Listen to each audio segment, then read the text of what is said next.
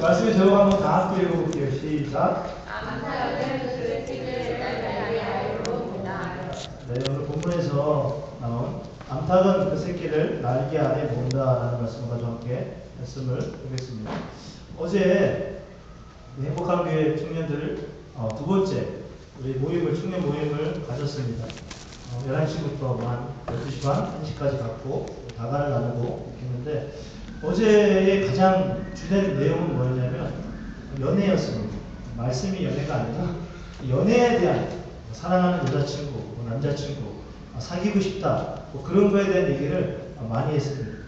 연애라는 말만 들어도 결혼하신 분들은 어떨지 모르겠지만 똑같을 거예요.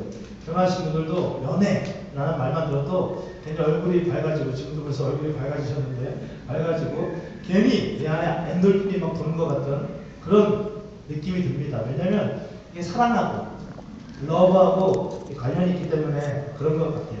사랑을 하면 이뻐진다 그러잖아요. 옆에 있는 사람 한번 봅시다. 편하게 보세요. 이뻐졌는지. 이뻐졌다면 그 사람 사랑하고 있는 겁니다. 그러나 미워졌다면 그 사람의 사랑이 변한 겁니다. 잘 보십시오. 사랑을 이렇게 변하게 만듭니다. 완전히 변하게 만드는 힘이 바로 이 사랑에 있는 것 같습니다. 그렇기 때문에 사실은 이 사랑이 그만큼 우리를 변화시키고 좋은 모습으로 바꿔놓기 때문에 정말 아픈 건 뭐냐면 이 사랑하는 사람과 이별할 때 그때는 너무너무 마음이 아픕니다. 특별히 이별을 통보하는 입장이면은 조금 덜 하겠는데 이별 통보를 이렇게 받는 입장이라면 그 아픈 게 되게 많이 크고 너무 아픕니다.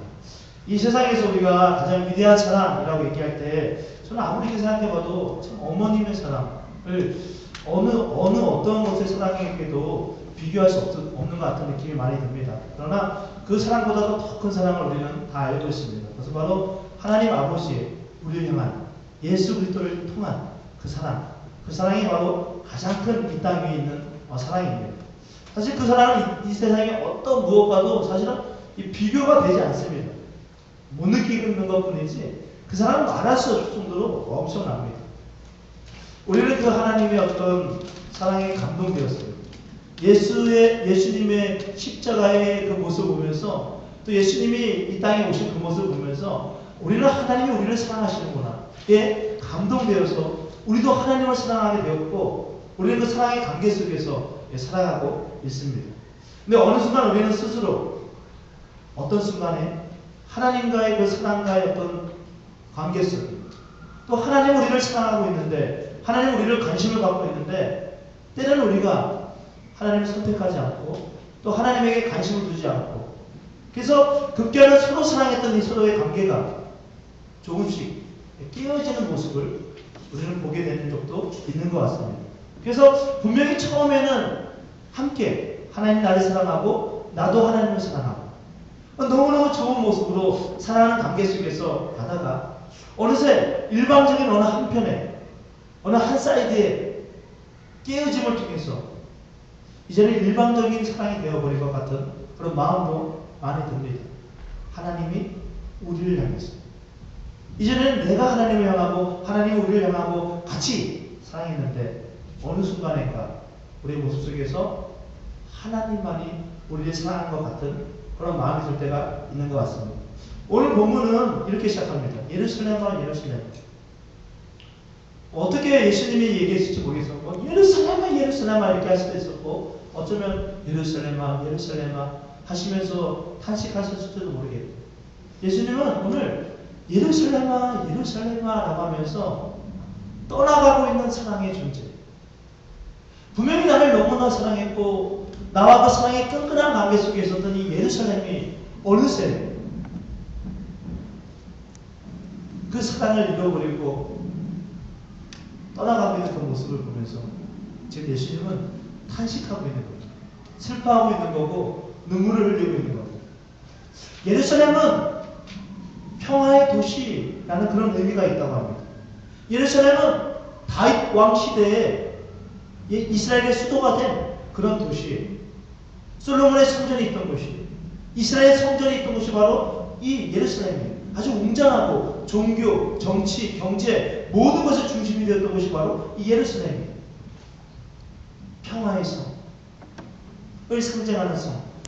근데 어느새 이 성은 예수님 시대가 되어가면서 예수님 시대에서는 결국 죄가 관영하고 불의가 막 판을 치는 그런 성이 되어버렸어요. 하나님 너무 사랑했던 도시, 평화의 도시라는 이름까지 불려질 정도로 평화로움이 가득했던 그런 도시였어요. 하나님 너무 사랑했던 도시였어요. 근데 예루살렘은 어느새 그런 죄와 불의가 가득한 그런 도시가 되어버렸어요. 이런 예루살렘에서 예수님은 오늘 너무 안타까워하고 있어요. 연민을 느끼고 있어요. 불쌍히 여기고 있어요. 긍휼히 여기고 있어요. 그래서 너무너무 안타까워하고 있어요. 애타는 마음으로 예루살렘아 예루살렘아 라고 부르고 있어요. 저는 오늘 이 시간 예수님께서 또 하나님께서 예루살렘 되었던 우리들, 하나님과 관계되었고 하나님을 사랑했고 하나님을 의지했고 그래서 평화로움이 있었던 그런 하나님의 도시들, 어느 세상 속에서 조금씩 살아가면서 죄와 타협하고 또 불의와 함께 손을 잡으면서 혹시 예수님이 이 지금 예루살렘을 보는 것처럼 혹시 우리를 보면서 예루살렘아 예루살렘아 라고 하고 있지는 않는지 한번 생각하게 되었습니다.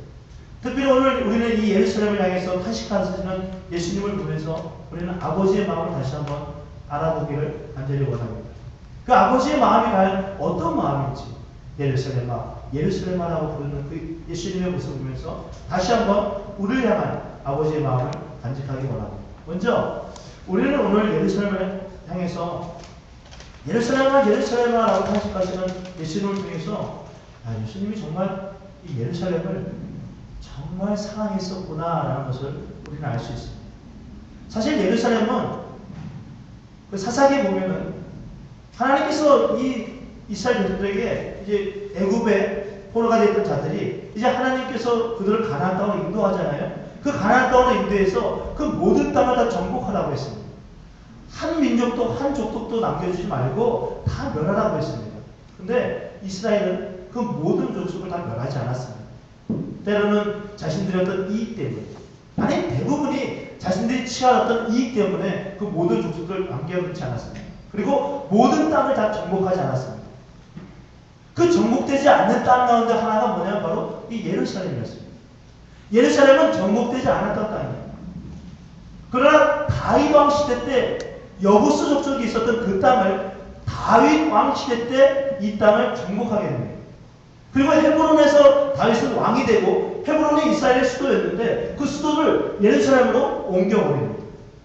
이때부터 예루살렘은 이스라엘의 수도로서 또 하나님이 임재하시는 곳으로서 이 평가를 받기 시작하고 사람들에게 구분이 되어지기 시작합니다. 그러니까 예루살렘은 어떤 곳이에요? 예루살렘은 사실은 변변치 않은 곳이었어요. 그런데 하나님의 은혜로 특별한 땅으로 세워졌던 곳이 바로 예루살렘입니다. 여기서 우리가 기억해야 될 것은 뭐냐면 하나님은 예루살렘의 조건을 보고 예루살렘을 사랑하지 않았다는 거예요. 마치 이런 거예요. 우리가 죄인 되었을 때 하나님은 우리를 사랑했대요.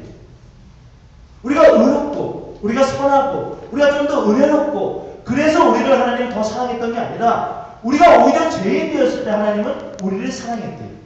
그래서 예수님이 그 죄인 되었던 우리를 위해서 십자가를 지셨대요. 그것처럼 아무런 가치도 없는 땅이 바로 예루살렘이었어요. 근데 아무런 가치도 없는 그 땅을 하나님은 사랑해 줬다는 이 사실. 저는 그런 생각을 했어요. 하나님이 아무런 가치도 없는 이 예루살렘을 사랑해 줬어요. 들어썼어요. 많은 사람들 앞에 평가받는 땅으로, 많은 사람들 앞에 구분되는 땅으로, 많은 사람들의 은혜의 땅으로, 평화의 땅으로 이제 불려지게 됐어요. 여기서 예루살렘 우리로 볼 때 은혜예요. 근데 이 예루살렘이 변했어요. 완전히 변해버렸어요. 평화 없어요. 그 안에 은혜 없어요. 그저 모양만 있어요. 형태만 있어요. 이런 변해버린 예루살렘을 향해서 하나님은 과연 어떤 마음이었을까? 저는 생각해봤어요. 과연 나라면 어떤 마음일까? 내가 정말 사랑했던 무언가가 있는데 변했어요. 너무너무 많이 변한 거예요. 그러면 나는 어떨까? 근데 저에게 한번 적용을 해봤더니 저는 이렇게 할 것 같아요. 이런 은혜도 모르는 이 배은망덕한 사람입니다. 아니 기껏 내가 사랑해주고 기껏 내가 먹여주고 기껏 내가 재워주고 기껏 내가 높여주고 나의 모든 것들을 헌신하고 이렇게 했는데 어떻게 이 은혜를 원수로 갚지? 아마 저는 원망이 있었고 증오가 있었고 아마 저주하면서 막 그 사람을 막 그렇게 했을 것 같아요. 정말 내가 준 사랑 아깝다. 정말 내가 준 물질이 아깝다. 내가 준 헌신이 아깝다. 내가 준 시간이 아깝다. 내가 왜 저런 사람을 위해서 이렇게 했을까? 저는 아마 그렇게 했을 것 같아요. 여러분도 그렇지 않아요?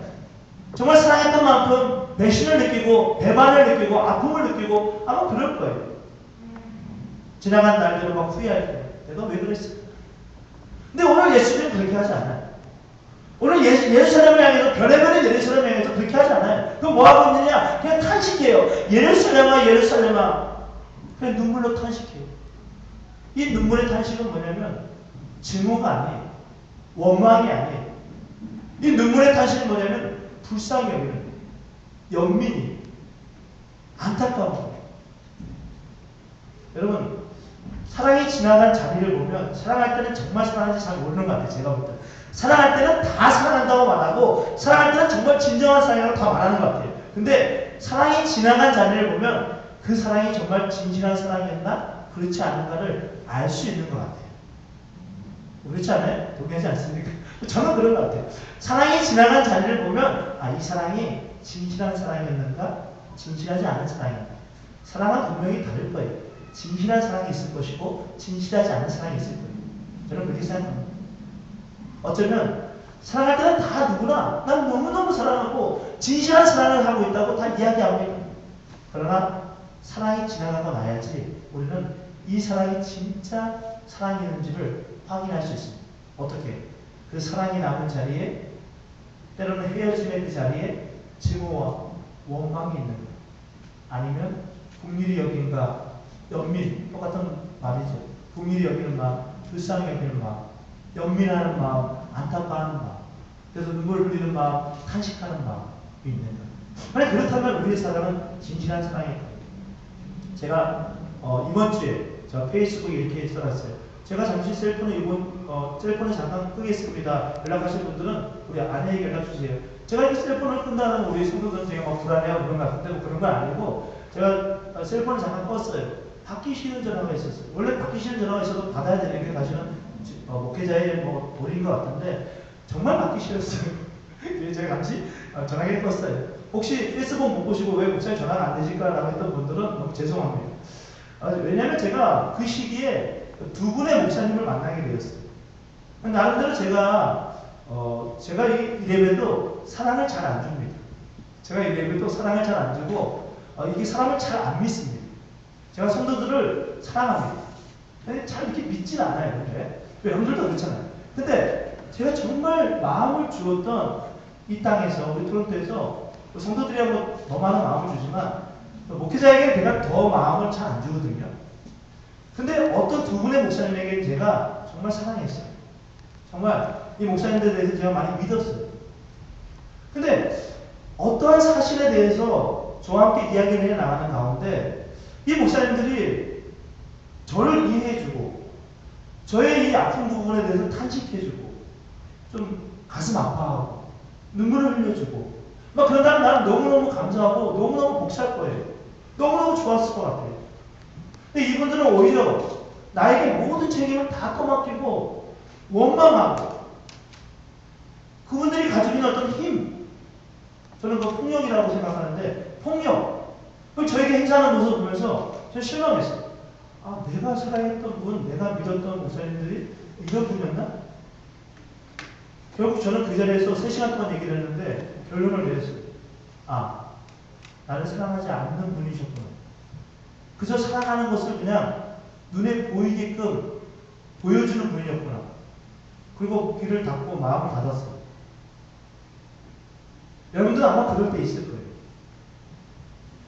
근데 제가 더 놀란 게 있었어요. 더 놀란 건 뭐냐면 제가 3시간 동안 그 얘기를 했는데 한 30분 지나서 제가 그 실망을 했는데 2시간 반 동안 제가 뭘 생각을 했냐면 듣긴 들었지만 거의 안 듣고 저는 생각을 했어요. 무슨 생각을 하냐면 하나님 그런 마음을 주시는 거예요. 지금 이분들의 목사님들의 모습이 나에게 행하는 모습이 내가 우리 성도들에게 행하는 모습 내가 우리 가족들에게 행하는 모습 내가 우리 후배 목사님들에게 행하는 모습과 전혀 뭐 조금 크게 차이는 있지만 야 이건 전혀 다르지 않는 것 같은 생각이 확 드는 거예요. 거울 속에 비춰진 나의 모습이라고 할까?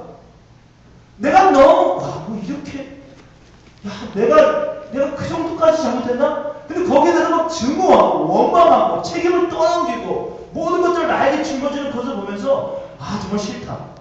나를 좀 끌어안아주고 이해해주고 좀 긍휼히 여겨주고 탄식할 줄 아는 그런 목사님은 없었을까? 그런 생각을 하면서 내가 무슨 생각을 하냐면 나도 우리 청년들에게 우리 성도들에게 내가 만나는 후배들에게 나도 정말 이 모습과 똑같지는 않겠지만 그런 모습이 내 안에 있지 않나? 라는 생각을 한 2시간 반 동안 계속했어요. 그러면서 마음이 아팠어요. 어쩌면 내 사랑은 오늘 예수님이 예루살렘을 향해서 사랑하는 이 마음만큼 하나님이 예루살렘을 향하는 이 사랑의 이 진실한 사랑만큼의 그 사랑은 솔직히 아닐 수도 있겠다. 이 사랑을 내가 본받지 않으면 바뀌지 않겠다. 뭐 그런 생각을 했어요. 여러분 예수님은 정말 하나님은 정말 예루살렘을 너무너무 사랑했던 것 같아요. 변했거든요. 변하고 자신을 떠났거든요. 자신을 떠나고 완전히 변했거든요. 근데 하나님은 예수님은 예루살렘을 그저 눈물로 탄식하고 있어요. 아파하고 있어요. 그리고 만져주고 있어요. 오늘 예수님은 그저 탄식하면서 가만히 있지 않아요. 예루살렘을 향해서 가만히 계시지 않아요. 오늘 뭐라고 얘기해? 그분은 암탉이 엄마 닭이 새끼를 그 날개 아래에 모음같이 내가 이 예루살렘 지금 막 나의 사랑을 저버리려고 하고 나의 사랑을 떠나려고 하고 세상을 사랑하려고 하는 그 예루살렘을 향해서 하나님은 어떻게 했다고 얘기하냐면 계속해서 그들을 모으려고 했대요. 이 어미의 품 안에 모으듯이 나의 품에 모으려고 하나님은 자꾸만 노력했대요. 잃어버리고 멀리 가고 있는데 나 같으면 아이씨 멀리 가고 필요 없어. 그럴 것 같은데 하나님은 그래도 계속 모아. 왜 하나님이 이렇게 그토록 그 하나님의 날개 아래 그분의 암탉인 그 새끼를 품 안에 품어듯이 모으듯이 자꾸만 떠나고 있는 예루살렘 그들 향해 왜? 아니 예루살렘 아니라 다른 사람들 사용하면 되잖아요. 근데 왜 예루살렘에서 그렇게 집착하고 그렇게 사랑하고 있는 겁니까? 왜 이토록 자꾸만 모으려고 하는 거예요? 우리가 하나님 떠나고 있는데 왜 자꾸 하나님 자꾸 우리를 붙들고 있고 우리 자꾸 모으려고 하는 거예요? 그냥 실망하면 되는 거 아닌가? 우리도 인생의 관계 속에서 그렇게 하지 않아요? 우리도 그렇게 관계한단 말이에요. 실망하고 아프고 힘들면 어떻게 해요? 끌어안습니까? 한두 번 끌어안다가 때로는 끌어안지도 않다가 어떻게 합니까? 저가 버리면 되는 거예요. 왜? 안 보면 되는 거지 뭐. 안 만나면 되는 거지 뭐. 관계 안 하면 되는 거지 뭐. 이 관계만 있나? 수많은 관계가 있는데 근데 하나님은 그렇게 하지 않는다는 거예요. 하나님의 성품을 닮아야 되는 우리, 예수님을 닮아야 되는 우리, 그분은 그렇게 하지 않는다는 거예요. 그럼 어떻게 해? 자꾸만 그분의 품 안으로 모으려고 했다는 거예요. 생각해봤어요. 왜 하나님은 그렇게 암탉이 새끼를 모으듯이 자꾸만 하나님의 품 안에 떠나려고 하고 있는 그들을 왜 자꾸만 모으려고 할까? 우리 이번 일주일 동안에 한번 삶을 돌아봅시다. 우리가 제자훈련을 통해서 축제가 있어요. 경건훈련을 하고요, 큐티를 하고요, 성경을 4장씩 읽어야 되고요, 또 후교재를 봐야 되고, 교재를 써야 되고요. 너무 많은 것들이 있어요. 왜 하나님 자꾸 이렇게 모으려고 하냐 이거예요. 우리는 하기 싫은데. 여러분 보세요. 제가 보니까 두 가지인 것 같아요. 하나님이 왜 모으려고 하냐면 이 예루살렘 지금 막 떠나고 있고 죄가 많고 막 불의가 많고 이제 너무 하나님의 마음과 너무 많이 떠났어요. 이 예루살렘에게 있어서 하나님의 날개 아래 그분의 품이 하나님 보실 때는 가장 따뜻한 곳이니까 그래요. 하나님 보실 때는 그래서 자꾸만 모으는 거예요. 흩어지고 있는데 자꾸만 모으려고 하는 거예요. 왜? 하나님의 품 안이 가장 따뜻한 곳이기 때문에 하나님은 그들을 모으고 있는 거예요. 요즘 날씨가 따뜻해지죠. 기분이 좋지 않습니까? 저도 아침에 나가서 아침에 조금 추거든요, 새벽에는. 근데 나오고 조금 있다 보니까 따뜻해졌단 말이에요. 물론 아주 따뜻한 건 아니지만 날씨가 좀 점점 따뜻해지는 것 같아요. 그 중에는 추운 사람도 있을 거예요. 따뜻해지면 싫어하는 사람도 있을 거예요. 근데 거의 대부분은 아마도 따뜻해지면 좋을 거예요. 마음까지도 막 따뜻해지는 것 같은 마음이 들고 막 되게 좋아요. 그 따뜻한 게 얼마나 좋은지 모릅니다. 예루살렘은 다윗 왕 때부터 아주 따뜻한 도시였어요. 사람들이 높임을 받고 하나님 앞에 칭찬을 받고 사람들이 그 안에서 평화를 누리고 평강을 누리고 성전 안에서 예배하며 기쁨을 누리고 무엇보다도 그들의 영혼은 너무너무 따뜻했어요. 그게 바로 예루살렘이었어요. 그들은 그래서 예루살렘에 늘 모이기를 힘썼어요. 그것은 하나님의 성전이 있었어요. 하나님의 임재를 상징하는 하나님의 교회가 그 예루살렘에는 있었어요. 그들은 예배하면서 함께 하나님을 향하면서 그들의 영혼이 따뜻해지는 것을 느꼈어요. 차가웠던 사람들도 그 예루살렘에서는 따뜻해졌어요. 여러분, 세상이 점점 차가워지고 있습니다. 사람들이 점점 차가워지고 있어요.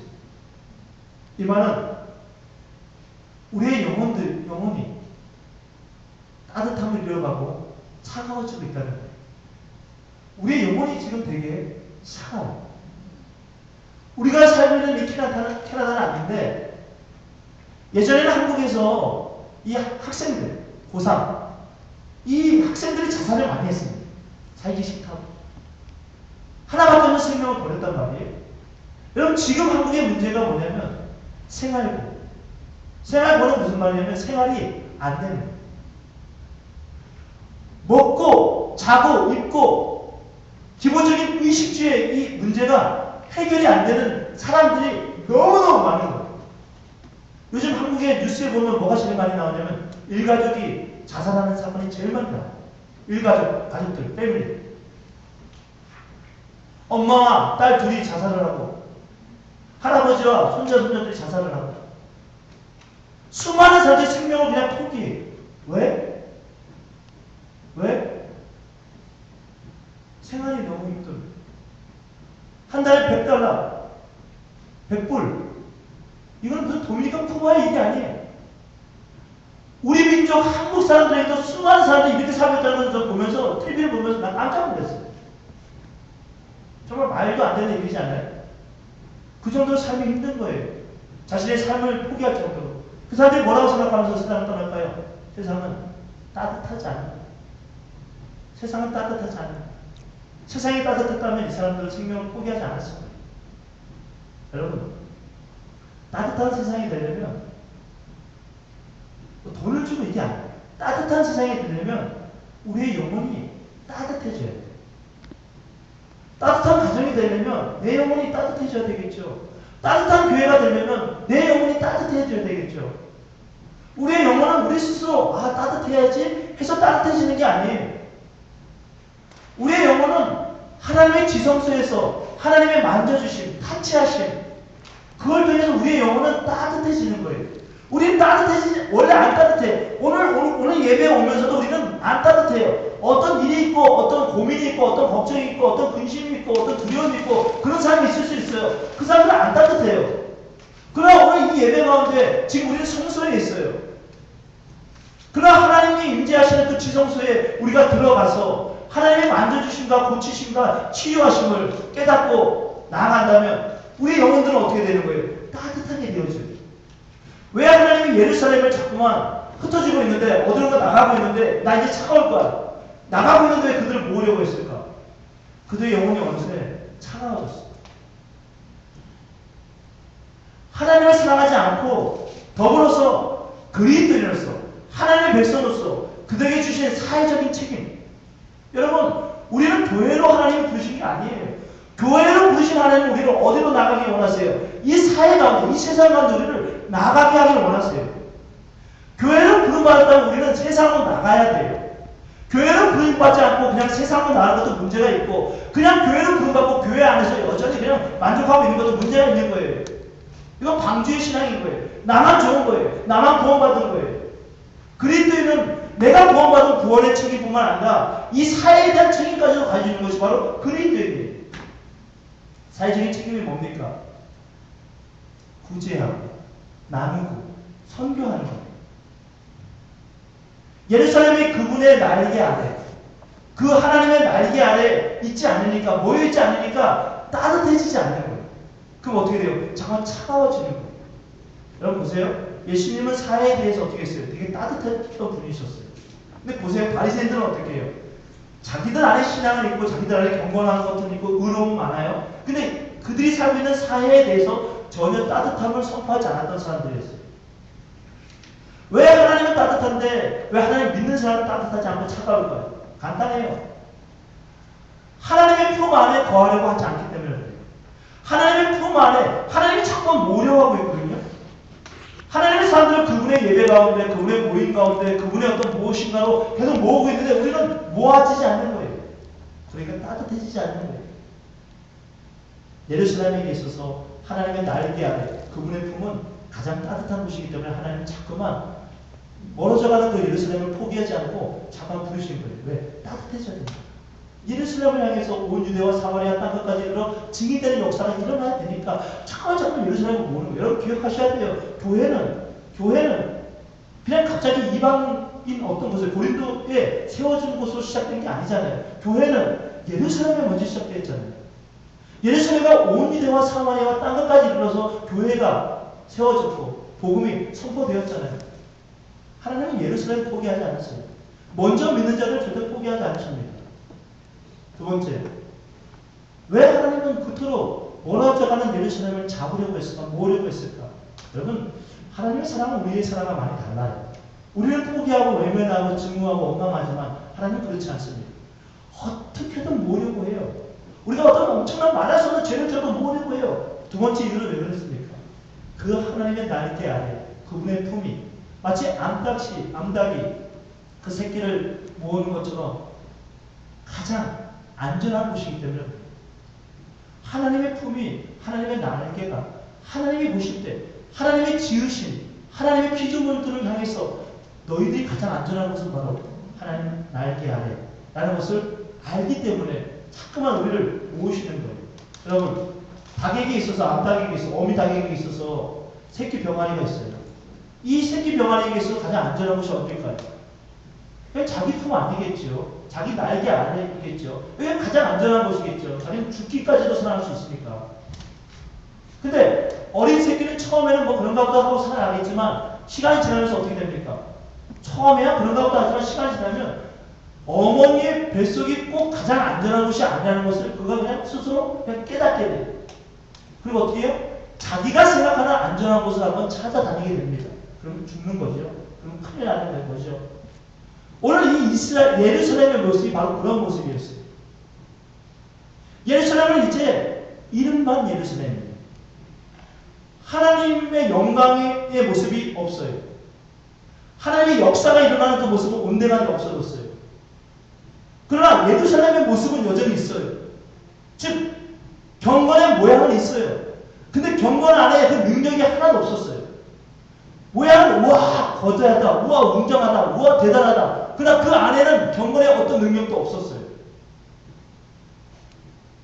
안전해 보였지만 그 예루살렘은 흑암의 어떤 권세 속에서도 이길 수 없는, 승리할 수 없는 그냥 겉모습만 가지고 있었어요.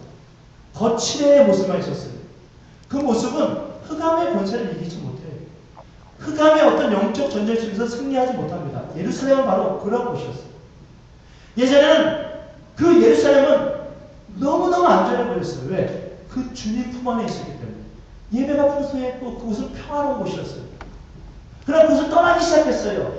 그들이 생각하는 안전한 곳, 그곳을 향하기 시작했어요. 그 흑암의 권세 속에 그들은 결국 안전하지 못하게 되었고 나중에는 노출이 되었어요. 그리고 결국 그 예루살렘은 시험에 빠지고 유혹에 빠지고 결국은 걷잡을 수 없는 그런 장소가 되어버렸어요. 어쩌면 그들은 생각했을지는 몰라요. 여전히 예루살렘은 거대하고 여전히 예루살렘은 화려하고 웅장하고 안전한 곳이지. 정말 그럴지도 몰라요. 왜? 정말 대단해 보이는 성벽이었으니까.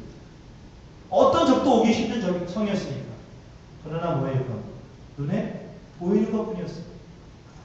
이미 그 예루살렘은 영적인 전쟁 속에서 이미 패했어요. 그들 안에 영혼의 기쁨, 따뜻함, 안전함 그런 것도 느낄 수가 없었어요. 이제는 어떤 가벼운 유혹도 가벼운 시험도 능히 감당할 수 없는 그런 성이 되어버렸어요. 더 이상 안전한 장소가 안 되었어요. 그렇기 때문에 하나님은 자꾸만 그들을 모으려고 했던 거예요. 떠나는 그들을 자꾸만 모으려고 했던 거예요. 잠언서에 보니까 이런 말씀이 있더라고요. 솔로몬이 이런 얘기를 합니다. 여호와의 이름은 견고한 망대라. 의인은 그리로 달려가서 안전함을 얻느니라. 여호와는 견고한 망대라는 거예요. 의인들은 하나님의 사람들은 그리로 달려가서 안전함을 얻는다는 거예요. 여러분은 어떤 것을 안전함을 얻어요? 돈이 많으면 안전하죠. 돈이 많으면 왠지 평안하죠. 기쁘죠. 안전한 것 같죠. 그게 뭐가 안전한 거예요? 뭔가 내가 자리가 높아지고 뭔가 명예를 얻게 되면 내가 좀 안전해 보이는 것 같죠. 그게 뭐가 그렇게 안전한 거예요? 내 영혼이 지금 죽어가고 있는 내 영혼이 지금 공격당하고 있는 오늘 하나님에 대해서 이렇게 얘기해. 하나님 망대다. 하나님의 사람들은 그리로 달려가서 안전한 곳을 다 거한다. 하나님은 높이서 망대에 있는 것처럼 망대는 뭐예요? 적이 오는 것을 보는 거예요. 높이서. 그리고 적이 지금 어떻게 오나 그 동태를 살피면서 적의 수식을 알려주는 거예요. 하나님의 자녀는 그 망대에 서서 하나님과 함께 그 자리에 서서 안전함을 같이 추구하는 거예요. 여러분 왜 솔로몬 왕이 인생의 말년에 잠언서를 쓰면서 뭐 이런 얘기를 했을까요? 오래 살다 보니까 자기가 오래 살다 보니까 하나님의 날개 아래 이게 가장 안전한 거구나라는 것을 깨닫는 거예요. 여러분 특별히 우리 젊은이들이 많은데 젊은이들은 우리 어른들의 말에 귀를 기울여야 합니다. 조통적인 저 얘기야 말도 안 되는 저 얘기 아니에요. 그분들의 신앙의 경륜 그분의 신앙들의 어떤 그 발걸음 우리는 존경하고 또 따라가야 할 필요도 있어요. 아니 더 많아요. 오늘 솔로몬도 고백합니다. 내가 가장 안전한 곳은 바로 하나님의 날개 아래였다. 왜 솔로몬조차도 하나님의 날개 아래 거하지 않을 때 가장 부강했고 가장 풍성했고 가장 드러났는데 결국 그때 솔로몬은 무너졌거든요. 그래서 하나님 솔로몬은 그걸 고백하고 있는 거예요. 여러분 안전함이 우리에게 주는 게 뭡니까? 그건 평강. 안전하다. 이건 나에게 평강을 줘. 근데 내가 안전하지 않다. 그건 불안이에요. 예루살렘은 무슨 성이에요? 평화의 도시. 예루살렘이 다시 그분의 날개 아래 있을 때 그 땅은 다시 평화의 도시가 되는 거예요. 오늘 결론을 맺겠습니다. 여러분, 하나님은 예루살렘을 너무너무 사랑하셨습니다. 지금도 예루살렘을 사랑합니다. 그래서 백투더 예루살렘이라는 말을 쓰기도 하죠. 언제 이 땅에 예수님이 오시는가? 위전도 종족에게 복음이 전파되고 또 결국 마지막에는 다시 처음 시작되던 예루살렘 그곳에 하나님의 복음이 들어갈 때 결국 마지막은 이 땅 가운데 오게 된다는 얘기를 많은 분들이 하죠. 하나님은 예루살렘을 포기하지 않았습니다. 지금도 예루살렘 된 하나님의 첫 자녀들을 포기하지 않으셨어요. 여러분들이 하나님을 떠나고 때로는 세상을 향하고 거기에서 따뜻함을 느끼려고 하고 안전함을 느끼려고 해도 하나님은 계속해서 모아요. 계속해서 자꾸 우리를 붙잡아요. 왜? 거기가 가장 안전한 곳이고 거기가 가장 따뜻한 곳이니까. 오늘 이 시간 이 말씀을 통해서 하나님 감사합니다. 그럼에도 불구하고 나를 사랑해 주시고 가장 따뜻한 하나님의 품 안으로 가장 안전한 하나님의 품 안으로 우리 인도하신 것을 감사합니다. 라는 마음으로 부유하게 이렇게 기도하고 제가 기도하고 마치겠습니다. 기도합니다. 하나님 감사합니다. 정말 하나님 감사합니다. 하나님 품 안에 있는 것이 가장 안전한 곳이었습니다. 하나님의 날개 아래 있는다는 것이 가장 따뜻한 것이었습니다. 더 따뜻하고 싶었고 더 안전하고 싶었습니다. 우리는 앞가게 그 날개 아래 있기보다도 우리가 원하는 것 뜻하는 것 그 길을 걸어갔던 적이 얼마나 많죠. 그래도 수많은 선지자를 통해서 여러 가지 모든 환경과 말씀을 통해서 우리를 불러주시고 포기하지 않으시고 오히려 예루살렘아 탄식하시며 눈물 흘리시며 안타까워하시며 우리를 불러줬다는 하나님 앞에 나아갈 때 하나님 그 날개 우리를 거하게 하여 주십시오. 그 평안함이 우리 안에 날마다 가득할 수 있도록 인도하여 주십시오. 하나님 감사합니다.